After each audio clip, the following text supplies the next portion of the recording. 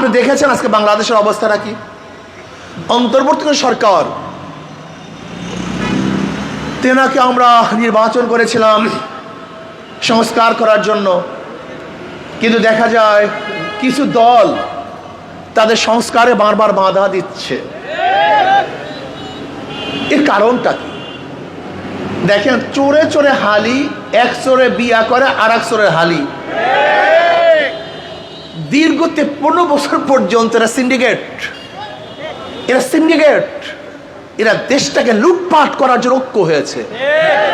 এক চোর চুরি করছে, আর এক চোরকে সুযোগ করিয়ে দিয়েছে, আমি করছি তুই কর। এই চোরদেরকে আর ক্ষমতা দেখতে চাই না, এই ডাকাতদেরকে আর ক্ষমতা দেখতে চাই না। যারা জনগণের রক্ত নিয়ে বারবার হোলি খেলেছে, ওদেরকে আর ক্ষমতায় নিতে চাই না। 5ই আগস্টের পরে যারা দখলদারি করেছে, যারা জুলুম করেছে, চাঁদাবাজি করেছে, অন্যায় করেছে, অবিচার করেছে, যারা চাঁদা না দেওয়ার কারণে মানুষের গাড়ি ভাঙচুর করেছে, ওই চাঁদাবাজদেরকে আর ক্ষমতায় দেখতে চাই না। ক্ষমতায় নেব না ইনশাআল্লাহ। মুসাল্লি আলা রাসূলিহিল কারীম, আম্মা বাদ। ফাআউযু বিল্লাহি মিনাশ শাইতানির রাজীম। বিসমিল্লাহির রহমানির রহিম। ওয়া তিলকাল আইয়ামু নুদাবিলুহা বাইনান নাস। সাদাকাল্লাহুল আলিয়্যুল আযীম। সবাই পড়ি সাল্লাল্লাহু আলাইহি ওয়াসাল্লাম। ইসলামী আন্দোলন বাংলাদেশ শেরপুর উপজেলা শাখা কর্তৃক আয়োজিত আজকে গণসম্মেলনের সম্মানিত সভাপতি, ইসলামী আন্দোলন বাংলাদেশ কেন্দ্রীয় নায়েব আমির হযরত মাওলানা আব্দুল হক আজাদ সাহেব, কেন্দ্রীয় নেতৃবৃন্দ, সকল স্তরের ইসলাম প্রিয় দেশপ্রেমিক ভাইয়েরা আমার, ইসলামী আন্দোলন বাংলাদেশ কি ও কেন, কি চায় তারা? হাজারো রাজনৈতিক দলের মধ্যে ইসলামী আন্দোলন বাংলাদেশ কেন এসছে, এদের উদ্দেশ্য কি, আদর্শ কি, নীতি কি, এ সম্পর্কে এখানে যারা উপস্থিত আছেন অনেকেই জানেন না। আবার কেউ জানেন না, বিষয়টা এরকম না। অনেকে জানি, অনেকে জানি না। যারা জানি তাদের উচিত, যারা জানে না তাদেরকে জানানো, আর যারা জানি না তাদের উচিত জানা। জানার মধ্যেই কল্যাণ, জানার মধ্যেই মুক্তি। আল ইলমু নূরুন, এলেম আলো। ইসলামী আন্দোলন বাংলাদেশ কি ও কেন সম্পর্কে বিশদ ব্যাখ্যা দেওয়ার সময় আমার নাই। আমি সংক্ষিপ্ত কিছু আলোচনা করব, খুব খেয়ালের সাথে কথা শোনা চাই। ইসলামী আন্দোলন বাংলাদেশ বিশ্বাস করে শুধু দেশ, দল এবং নেতা পরিবর্তনের মাধ্যমে মানুষের শান্তি আসতে পারে না। এ দেশ বারবার পরিবর্তন হয়েছে। ব্রিটিশরা প্রায় 200 বছর শোষণ করেছিল। মুসলমানরা তাদের বিরুদ্ধে আন্দোলন সংগ্রাম করে এ দেশ থেকে তাদেরকে বিদায় হতে বাধ্য করেছে। ভেবেছিলাম বৈষম্য দূর হবে, ব্রিটিশ এদেশ থেকে গেলেই মানুষ শান্তি পাবে, মুক্তি পাবে। কিন্তু আমরা কি দেখলাম? ব্রিটিশ যাওয়ার পরে পাক ভারত উপমহাদেশের সংখ্যাগরিষ্ঠ জনগণ সংখ্যালঘুদের উপর আক্রমণ, অবিচার, অত্যাচার, জুলুম, নির্যাতন, স্টেম রোলার চালাচ্ছে। মুসলমানরা চিন্তা করছে, যদি মুসলমানদের জন্য আলাদা এক ভূখণ্ড করতে পারি, আলাদা এক দেশ করতে পারি, তাহলে মানুষ শান্তি পাবে, মুক্তি পাবে। এই মুসলমানদের আন্দোলনের ভিত্তিতেই 47-এ পাকিস্তান নামীয় একটা দেশ আমরা পেয়েছিলাম। আপনারা জানেন, পাকিস্তান একমাত্র মুসলমানদের আন্দোলনের ফসল, অন্য কারোর আন্দোলনের ফসল নয়। ভেবেছিলাম যদি আমরা মুসলমানদের জন্য আলাদা ভূখণ্ড করতে পারি, তাহলে মানুষ মুক্তি পাবে, শান্তি পাবে, বৈষম্য দূর হয়ে যাবে, সাম্য, মানবিক মর্যাদা, সামাজিক ন্যায়, বিচার প্রতিষ্ঠিত হবে। কিন্তু আমরা কি দেখলাম? পাকিস্তানের 2টা অংশ, পশ্চিম পাকিস্তান, পূর্ব পাকিস্তান, এই 2 অংশের মধ্যে ব্যবধান 1700 কিলোমিটার। কিন্তু আমরা কি দেখলাম? পশ্চিম পাকিস্তানের লোকগুলি পূর্ব পাকিস্তানের সাথে বৈষম্য করছে। ভেবেছিলাম যদি পশ্চিম পাকিস্তান থেকে আমরা আলাদা হয়ে যাই তাহলে আমরা কি পাবো? শান্তি পাবো, মুক্তি পাবো, বৈষম্য দূর হবে। এর জন্য ৭১-এর স্লোগান কি ছিল? সাম্য, মানবিক মর্যাদা, সামাজিক ন্যায় বিচার। এই ৩ স্লোগানের ভিত্তিতে দেশকে স্বাধীন করলাম। ভেবেছিলাম কি এবার বৈষম্য দূর হবে, মানুষ মুক্তি পাবে, বাক শক্তির অধিকার ফিরে পাবো। ভাই আপনি ডিস্টার্ব করবেন না, আল্লাহর রাস্তে ডিস্টার্ব, আল্লাহর রাস্তে।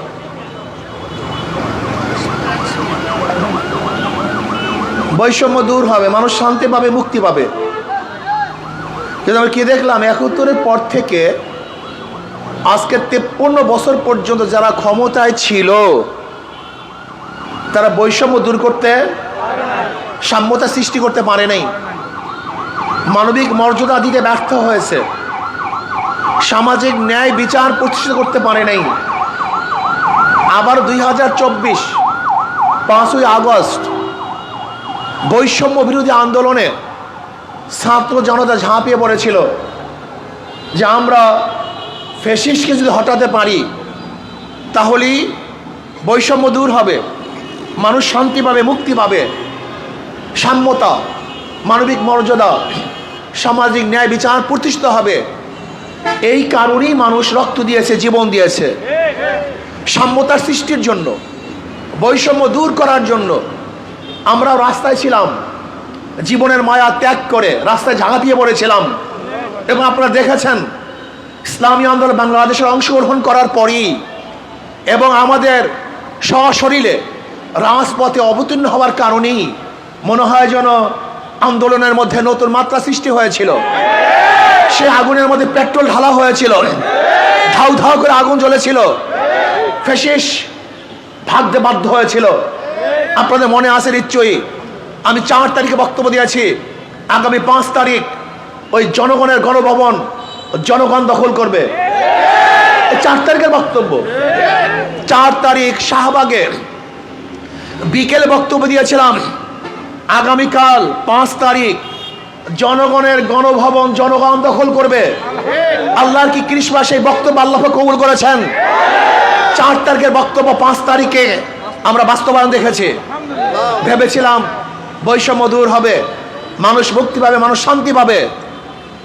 কিন্তু আমরা কি দেখতেছি, ৫ তারিখের পরেও সে আগের মতো দখলদারি, আবারও চাঁদাবাজি, আবারও দুর্নীতি, আবারও বিচারবিহীন হত্যা, আবারও গুম, আবারও খুন, আবারও মিথ্যা মামলার পাহাড়। তা আন্দোলন কেন করেছিলাম? এই মানুষগুলো কেন রক্ত দিয়েছিল? আমাদের জীবনের মায়া ত্যাগ করে আমরা রাস্তায় কেন ঝাঁপিয়ে পড়েছিলাম? মানুষগুলি কেন আহত হয়েছিল? শুধু চাঁদার হাত পরিবর্তনের জন্য, চাঁদার চেহারা পরিবর্তন করার জন্য না তো। এক সময় চাঁদা গ্রহণ করতে সেন্টু, এখন চাঁদা গ্রহণ করে মেন্টু। এতদিন দুর্নীতি করতো লেন্টু, এখন দুর্নীতি করে কেন্টু। শুধু হাতের পরিবর্তন হয়েছে, কিন্তু মানুষের চাঁদার পরিবর্তন, জুলুমের পরিবর্তন, অত্যাচারের পরিবর্তন হয় নাই। এর কারণটা কি? ব্রিটিশের বিরুদ্ধে আন্দোলন করে রক্ত দিয়েছিলাম, পাকিস্তান করার জন্য হাজারো মানুষ শহীদ হয়েছিল, পাকিস্তান থেকে আলাদা হওয়ার জন্য কত মানুষ রক্ত দিয়েছে, জীবন দিয়েছে। আজকে ৫৩ বছর বারবার আন্দোলন করে কত মানুষ জীবন দিয়েছে। ৫ই আগস্টের বিপ্লবে কত মানুষ শহীদ হয়েছে, পঙ্গ হয়েছে, কত মা তার বুককে খালি করেছে, কত বোন বিধবা হয়েছে, কত বাচ্চা এতিম হয়েছে, কত মানুষ ধুকে ধুকে মরছে, এখন হসপিটালে তারা জীবনের সাথে লড়াই করছে। এত আন্দোলন, এত সংগ্রাম, এরপরে মানুষের ভাগ্যের পরিবর্তন কেন হয় না? একদিন কি চিন্তা করছেন? সমস্যা আমাদের এখানে। আসলে যেখানে রোগ সেখানে ঔষধ কেউ দেয় না, খালি রোগ রোগ রোগ রোগ, শুধু রোগের পিছনে দৌড়াই, কিন্তু ঔষধের ব্যবস্থা কেউ করি না। প্রিয় শেরফার ভাইয়েরা, আমার পর্দার মা বোনেরা, আমি প্রশ্ন করতে চাই, মাদার গাছ লাগিয়ে কি আমের আশা করা যায়? তেঁতুল গাছ লাগিয়ে কি মিষ্টি ফলের আশা করা যায়? ধরে নেন, একজনের নাম এ, একজনের নাম বি, একজনের নাম সি। এও চোর, বিও চোর, সিও চোর। ক্ষমতা আছে এ, সে কি করবে? হটাও এ, আন্দোলন সংগ্রাম। বসাও বি, সে কি করবে? হটাও বি, আন্দোলন সংগ্রাম রক্ত। বসাও সি, সে কি করবে? কারণটা কি? ব্যক্তির পরিবর্তন হয়েছে, দলের পরিবর্তন হয়েছে, নীতি আদর্শের পরিবর্তন হয়নি। আপনারা কেন বুঝেন না? ডিসি সাহেব চলে যান, কিন্তু ঘুষ সাহেব চেয়ারেই বসে থাকেন। এসপি সাহেব ট্রান্সফার হন, দুর্নীতি সাহেব অফিসের মধ্যে ঘোরাফেরা করেন। ওসি পরিবর্তন হয়, কিন্তু দুর্নীতি পরিবর্তন। এর কারণটা কি? শুধু নেতার পরিবর্তন হয়েছে, নীতি আদর্শ পরিবর্তন হয়নি। প্রিয় ভাইয়েরা আমার, ও আমার জনগণ, কত রক্ত দিবেন, কত জীবন দিবেন, কত সংগ্রাম করবেন, কত আন্দোলন করবেন, দুর্নীতিবাজের মাধ্যমে কোনোদিন দুর্নীতি বন্ধ হওয়া সম্ভব না। ধর্ষকের মাধ্যমে ধর্ষণ বন্ধ হয় না, চোরের মাধ্যমে চুরি বন্ধ হয় না, ডাকাতের মাধ্যমে ডাকাতি বন্ধ হতে পারে না, সন্ত্রাসীর মাধ্যমে সন্ত্রাস বন্ধ হয় না। নীতি আদর্শবান ব্যক্তি যতদিন পর্যন্ত ক্ষমতায় না যাবে, বারবার আন্দোলন করবেন, সংগ্রাম করবেন, কিন্তু ভাগ্যের পরিবর্তন হবে না। এর জন্য শুধু নেতা নয়, নীতির পরিবর্তন চাই। শুধু নেতা নয়, নীতির পরিবর্তন। একটা বার ভালো লোকদেরকে বসান, ইসলামকে ক্ষমতায় নেন। ইসলাম ফুবিয়া আপনাদের মধ্যে কেন? আপনাদের ইসলাম ফুবিয়া কেন? ইসলামকে ভয় পাচ্ছেন কেন? অথচ আপনি খোদ নিজে মুসলমান। মুসলমান তো ইসলামের বাহিরে কোনো দল করতেই পারে না। একজন মুসলমান ইসলামের বাহিরে কোনো দল করার সম্ভাবনাই রাখে না। তাহলে কিভাবে? ধরে নেন, আজকে যারা সংসদে গিয়েছে তারা মদের আইন পাশ করছে। কিসের আইন? আচ্ছা, মদ হালাল না হারাম? আমাদের দেশে বৈধ কি অবৈধ? আমাদের দেশে বৈধ। এই বৈধ কি করছে? সংসদ করছে। আচ্ছা, সংসদ যে মদের আইন পাশ করছে, সংসদের লোক কে পাঠিয়েছে? কথা বলেন না কেন? কারা ভোট দিয়েছেন? আচ্ছা বলেন তো, এখন সংসদে যারা মদের আইন পাশ করছে, আপনি যদি ভোট না দিতেন তাহলে সংসদে মদের আইন পাশ করতে পারত না। এখন যত মানুষ মদ পান করবে, এর গুনাহ কে নিবে? কথা বলেন তো। এর জন্য অনেক মুসল্লি কিয়ামতের ময়দানে দেখবে লক্ষ লক্ষ ব্যারেল মদের গুনাহ। আল্লাহ, আমি কোনোদিন মদ পান করি নাই, আমি মদ দেখিও নেই, স্পর্শও করিনি, এত মদের গুনাহ আসলো কোথা থেকে? আল্লাহ পাক বলবেন, দেখ তুই মদ পান করস নাই, কিন্তু যাদেরকে ভোট দিয়ে মদের আইন পাশ করার সুযোগ করিয়েছ, ওই যত মদের মানুষ মদ পান করছে সমস্ত গুনাহ তোর আমলনামায় লিখে দিস। অনেক মুসল্লি দেখবে লক্ষ লক্ষ জেনার গুনাহ। আল্লাহ, আমি কোনোদিন মেয়েদের দিয়ে তাকাই নেই, এত জেনার গুনাহ আসলো কোথা থেকে? আল্লাহ বলবেন, যাদেরকে ভোট দিয়ে জেনার আইন পাশ করাইছো ওই সমস্ত গুনাহ তোদের আমলনামায় লিখে দিস। বুঝাতে পারি নাই। আপনি ভাবছেন কি ভোট একটা সিল? আপনি মনে করছেন ভোট 500 টাকা, ভোট মানে 1000 টাকা? না, আপনি দুনিয়া থেকে বিদায় হবেন, আপনার ভোটের মাধ্যমে যত চুরি হবে, ডাকাতি হবে, ধর্ষণ হবে, জুয়াবাজ হবে, যত মদ পান করা হবে, যত অন্যায় অবিচার হবে, যত মিথ্যা মামলা হবে, যত অবৈধ খুন হবে, সমস্ত খুন এবং অবৈধ কাজের শরিক ওই ভোটার হবে। আপনি ভোটটাকে কি ভেবেছেন? ধরে নেন একজন খেয়া দেয়, কিছু যুবকরা বলতেছে, খেয়ালা ভাই আমি উপরে যাব চুরি করার জন্য। খেয়ালা বলছে, আমি তো মুসলিম মানুষ, আমি তো চুরি টুরি করি না। হ্যাঁ, তোমরা যুবক মানুষ চুরি করার চিন্তা করছো, আর আমার খেয়া বেঁচে তো পারবে না, আসলে একটা ধাক্কা দিয়া দে। খেয়ালা চোরদেরকে একটা ধাক্কা দিয়ে পার করছে। খেয়ালার কোনো দোষ আছে? কথা বলেন না কেন? কেন কথা বলেন না কেন? শুধু ধাক্কা না দিত চুরি করতে। ঠিক আপনারা যারা ভোট দিয়ে ধাক্কা দিয়ে ক্ষমতায় বসিয়ে চুরির আইন পাশ করছেন, মদের আইন পাশ করছেন, জেনার আইন পাশ করছেন, আপনার ধাক্কা ব্যতীত অবৈধ কাজগুলি করতে পারতো না। এই দায়িত্ব তো কে গ্রহণ করবে? এই সব ভোটাররা। আপনি কি ভেবেছেন একটা ভোটকে? একটা ভোটের দাম আপনি জানেন? এর মূল্য কত, এর দাম কত, এর ওজন কত, এর শক্তি কত, এর পাওয়ার কত আপনি জানেন একটা ভোট কি জিনিস?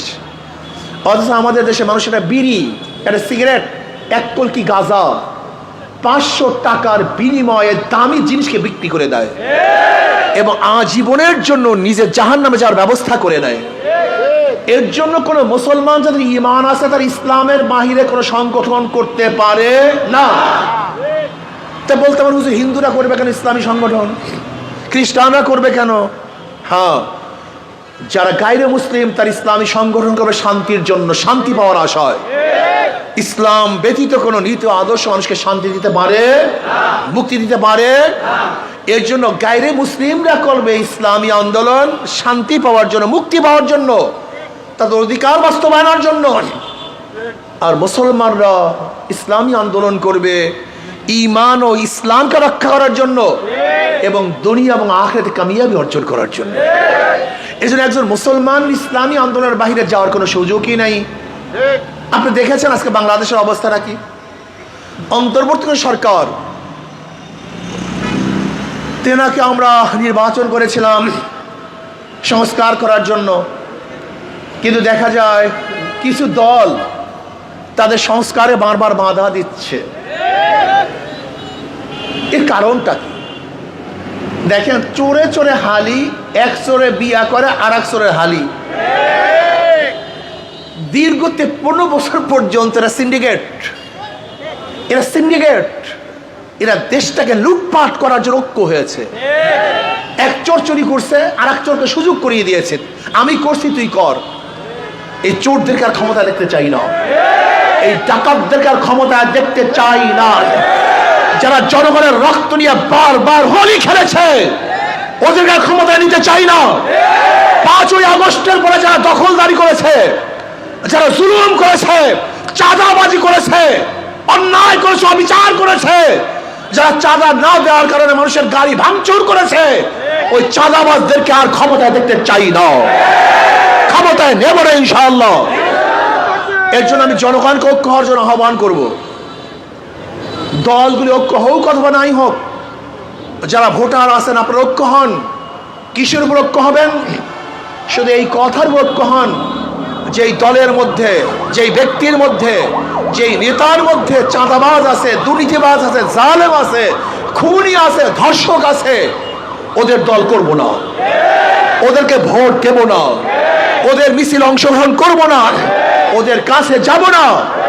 যাদের মধ্যে নীতি আদর্শ আছে, ইসলাম আছে, আমি তাদের দল করব। তাহলে ইনশাআল্লাহ আজকে হোক কালকে হোক মানুষ শান্তি পাবে, মুক্তি পাবে। আজকে দেখা যায় গরিবরা ইসলামকে পছন্দ করে না, অথচ সবচেয়ে বেশি প্রয়োজন ছিল ইসলামের গরিবদের। কারণ ইসলাম যদি ক্ষমতা আসে তার আগামী 5-10 বছরের মধ্যে সমস্ত গরিবরা দরিদ্র সীমার উপরে চলে যাবে। কিন্তু ইসলামের যত অর্থনীতি, সমস্ত অর্থনীতি গরিবদের জন্য, জাকাত গরিবদের জন্য, ওসর গরিবদের জন্য, মানত গরিবদের জন্য, সদকা গরিবদের জন্য, ফিতরা গরিবদের জন্য। ইসলামের গোটা অর্থনীতি গরিবদের জন্য। অথচ কপাল পোড়া গরিব ইসলামকে গ্রহণ করে না। কাদেরকে গ্রহণ করে? যারা লক্ষ লক্ষ কোটি কোটি টাকা বিদেশে পাচার করেছে, আত্মসাৎ করেছে, যখন তাদেরকে গ্রহণ করে। এই জন্য জনগণের কোনোদিন ভাগ্যের উন্নয়ন হয় না। কপাল পোড়া জনগণ আজকে থেকে নিয়াত করেন, ইসলামের বাহিরে আমি যাব না, যেই দলের মধ্যে সন্ত্রাসী আছে তাদের দল আমি করব না। আসুন আগামী নির্বাচনে এখন থেকেই আমার দল হবে ইসলামী দল, আমার আদর্শ ভিত্তিক দল করতে হবে। শান্তির প্রতীক হাত পাখা, শান্তির প্রতীক, এটা সবাই মার্কা। এটা মুসলমানরা ব্যবহার করে, হিন্দুরা ব্যবহার করে, খ্রিস্টানরা ব্যবহার করে, ইহুদিরা ব্যবহার করে, হাত পাখা ধনীরা ব্যবহার করে, গরিবরা ব্যবহার করে, হাত পাখা পুরুষরা ব্যবহার করে, মহিলারা ব্যবহার করে, হাত পাখা সুস্থ অসুস্থ বাংলাদেশের যত, গোটা দুনিয়ার যত ধরনের মানুষ আছে, যত আদর্শের মানুষ আছে, সমস্ত আদর্শের মানুষের ব্যবহৃত একমাত্র প্রতীক হলো হাত পাখা। কাজে বিশ্বাস করি যদি হাত পাখা আপনারা অংশগ্রহণ করেন, এখানে আসেন, আশা করা যায় ইনশাআল্লাহ আজকে হোক কালকে হোক মানুষ মুক্তি পাবে, শান্তি পাবে, জনগণের জান মালের গ্যারান্টি হবে, আমাদের মা বোনের ইজ্জাত আবরুর গ্যারান্টি হবে, আমার মা বোনেরা ধনী হয়ে যাবে, উচ্চশিক্ষায় শিক্ষিত হতে পারবে, আমাদের জনগণ বাবারা ভাইয়েরা যারা গরিব আছেন সবাই দরিদ্র সীমার উপরে চলে যাবে এবং আমাদের দেশটা ভারসাম্যতা রক্ষা হবে, এই ভূখণ্ড রক্ষা হবে। আল্লাহ আমাকে এবং আমাদের সবাইকে ইসলামী আন্দোলনের অন্তর্ভুক্ত হয়ে কাজ করার তৌফিক দান করেন।